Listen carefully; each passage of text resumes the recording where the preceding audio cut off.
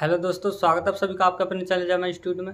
इस वीडियो में आज हम पढ़ाने वाले हैं 10th क्लास एनसीईआरटी मैथ, जिसमें हम प्रश्नावली 1.1 के प्रश्न नंबर 3 को हल करेंगे। प्रश्न नंबर 3 में कुल 3 भाग हैं, जिसमें हमने पिछली वीडियो में भाग 1 को कंप्लीट कर लिया था, जिसका लिंक आपको इस वीडियो के डिस्क्रिप्शन में मिल जाएगा, जाकर आप उसे देख लीजिए। तो आइए प्रश्न नंबर 3 के भाग 2 को हल करते हैं। भाग 2 क्या है?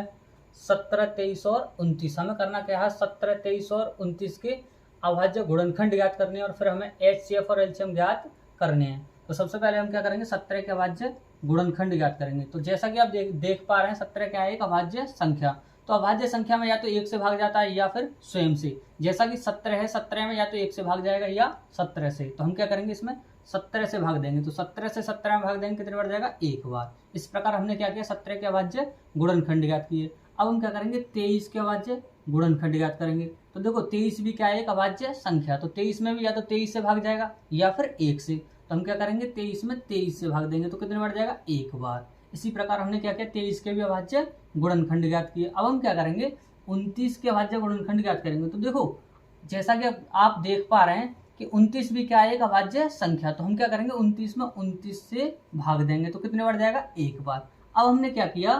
तीनों के अभाज्य गुणनखंड ज्ञात किए। अब हम क्या करेंगे? इन सब के अभाज्य गुणनखंडों को लिखेंगे। तो देखो सबसे पहले हम क्या करेंगे? 17 के अभाज्य गुणनखंडों को लिखेंगे। तो देखो 17 के अभाज्य गुणनखंडों में क्या है? केवल 17। उसके बाद 23 के अभाज्य गुणनखंडों को लिखेंगे। 23 के अभाज्य गुणनखंडों में क्या? केवल 23। उसके बाद 29 के अभाज्य गुणनखंडों को लिखेंगे। तो 29 के अभाज्य गुणनखंडों में क्या? केवल 29। इस प्रकार हमने क्या किया? इन सब के अभाज्य गुणनखंडों को लिख लिया। अब हम क्या करेंगे? हम HCF ज्ञात करेंगे। क्या करेंगे? HCF। तो सबसे पहले लिखेंगे हम HCF।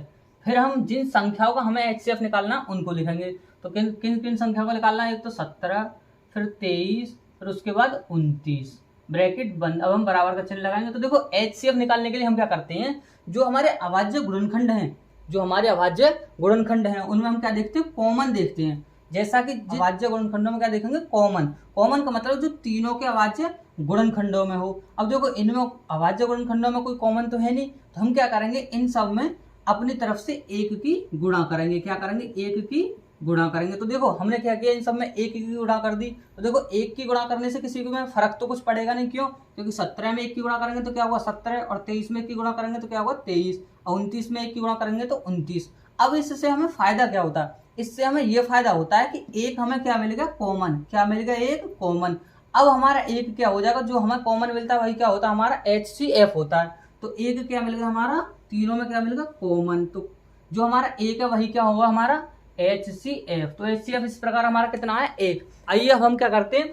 LCM ज्ञात करते हैं। तो LCM ज्ञात करने के लिए सबसे पहले हम ये लिखेंगे किन किन संख्याओं का हमें LCM ज्ञात करना है। तो सबसे पहले लिखेंगे 17, 23 और 29। उसके बाद बराबर का चिन्ह लगाएंगे।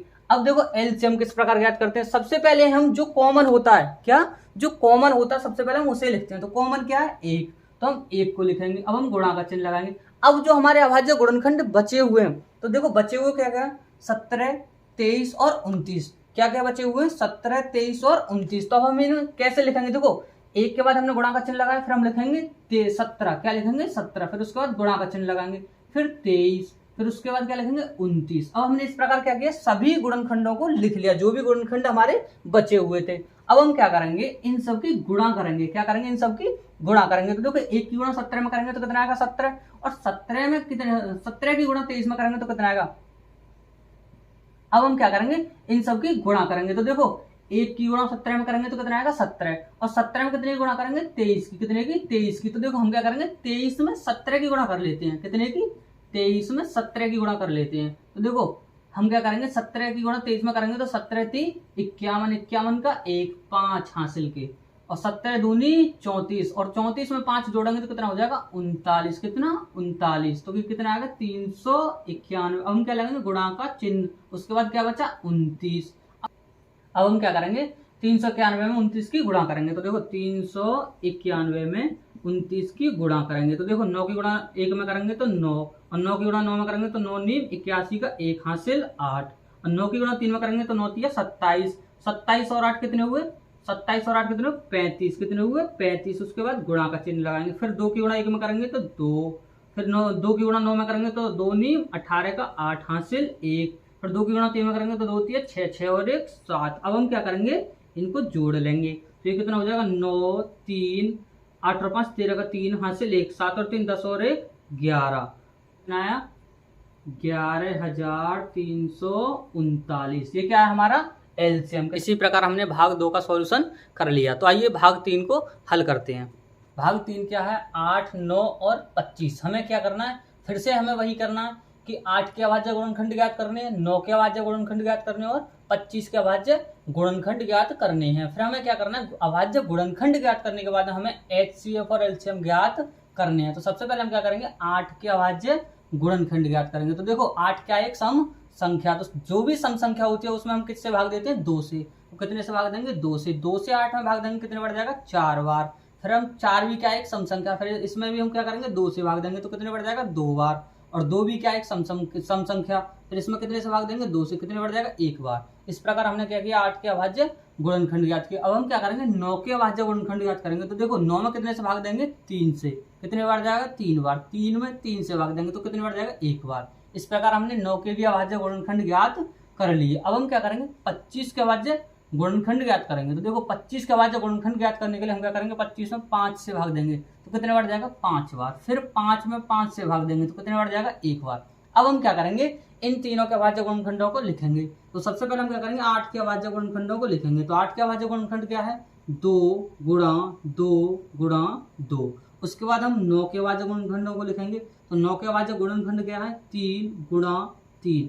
उसके बाद 25 के अभाज्य गुणनखंडों को लिखेंगे। तो 25 का अभाज्य गुणनखंड क्या है 5 गुणा 5।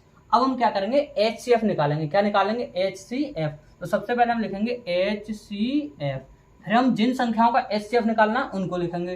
तो किन किन संख्याओं को निकालना, एक तो 8 9 25। अब हम ब्रैकेट को बंद कर देंगे, फिर बराबर का चिन्ह लगाएंगे। हमें क्या ज्ञात करना HCF। और HCF ज्ञात करने के लिए हम क्या देखते हैं, ये जो तीनों अभाज्य गुणनखंड किए हैं, हमने तीनों के अभाज्य गुणनखंड किए हैं, इनमें हम कॉमन देखते हैं। क्या देखते हैं कॉमन। तो देखो जैसा कि आप देख पा रहे हैं इनमें कॉमन तो कुछ है नहीं। कॉमन का मतलब जो तीनों के अभाज्य गुणनखंडों में हो। जैसे कि आपने पिछले प्रश्न में देखा था उसमें भी कुछ कॉमन नहीं था। तो हम क्या करते हैं जिस किसी प्रश्न में कुछ भी कॉमन नहीं होता तो हम क्या करते हैं उनके अभाज्य गुणनखंडों में अपनी तरफ से एक की गुणा कर देते हैं। तो हम क्या करेंगे इन तीनों के अभाज्य गुणनखंडों में अपनी तरफ से एक की गुणा कर देंगे। ऐसा क्यों किया, क्योंकि एक हमें कॉमन मिल जाएगा।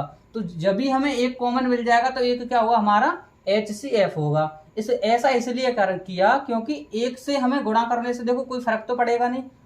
जैसा कि हमने 8 के अभाज्य गुणनखंडों में एक की गुणा की तो कोई फर्क तो पड़ेगा नहीं। कोई भी संख्या से मान लो हमारे पास 100 है, 100 में यदि हम एक की गुणा करते हैं तो देखो 100 एकम 100 आया तो 100 ही। तो एक से किसी संख्या में एक की गुणा करने से फर्क तो कुछ पड़ेगा ही नहीं। तो इसका मतलब ये है कि हमने क्या किया अपनी तरफ से एक की सब में गुणा कर दी। तो हमें एक क्या मिल गया कॉमन। और जो भी कॉमन होता है ये एक क्या मिल गया हमें कॉमन। और जो भी हमारा कॉमन होता है वही क्या होता है HCF। तो हमारा HCF कितना हुआ 1। इसी प्रकार आइए हम क्या करते हैं LCM ज्ञात करते हैं। तो LCM ज्ञात करने के लिए सबसे पहले हम ये लिखेंगे किन किन संख्याओं का हमें LCM ज्ञात करना है। तो सबसे पहले लिखेंगे, उसके बाद बराबर का चिन्ह लगाएंगे। अब देखो LCM किस प्रकार ज्ञात करते हैं। सबसे पहले हम जो कॉमन होता है, क्या जो कॉमन होता है सबसे पहले हम उसे लिखते हैं। तो कॉमन क्या है 1, तो हम 1 को लिखेंगे। अब हम गुणा का चिन्ह लगाएंगे। अब जो हमारे अभाज्य गुणनखंड बचे हुए हैं, तीनों के जो अभाज्य गुणनखंड बचे हुए हैं, तो देखो अभाज्य गुणनखंड क्या क्या बचे हैं, तो 2 गुणा 2। तो सबसे पहले लिखेंगे हम 2 गुणा 2 गुणा 2। उसके बाद हमारे अभाज्य गुणनखंड क्या बचे 3 गुणा 3 गुणा 3 गुणा 3। फिर उसके बाद क्या बचे 5 गुणा 5। तो हम लिखेंगे गुणा 5 गुणा 5। अब हम क्या करेंगे इन सब की गुणा करेंगे। तो देखो 1 की गुणा 2 में करेंगे तो 2, और 2 की गुणा 2 में करेंगे तो 4, और 4 की गुणा 2 में करेंगे तो 8, और 8 की गुणा 3 में करेंगे तो 8 3 24, और 24 की गुणा 3 में करेंगे। देखो 24 की गुणा 3 में करेंगे तो कितना आएगा 3 चौक 12 का 2 हासिल 1, और 3 दूनी 6 और 1 7, 24 3 72। अब 72 की गुणा कितने में करेंगे 5 में। तो देखो 72 में कितनी गुणा करेंगे 5 की, तो 5 दूनी 10 की 0 हासिल 1, और 5 7 35 और 1 36, कितना है 360। अब 360 में कितने गुणा करेंगे 5 की, कितने की 5 की। तो देखो 5 की गुणा 0 में करेंगे तो 0, 5 की गुणा 6 में करेंगे तो 5 6 30 की 0 हासिल 3, और 5 की गुणा 3 में करेंगे तो 5 3 15, 15 और 3 18, कितना आया 18। तो इस प्रकार हमारा एलसीएम कितना आया 1800। कितना आया 1800। इस प्रकार हमने भाग 3 का भी सॉल्यूशन कर लिया।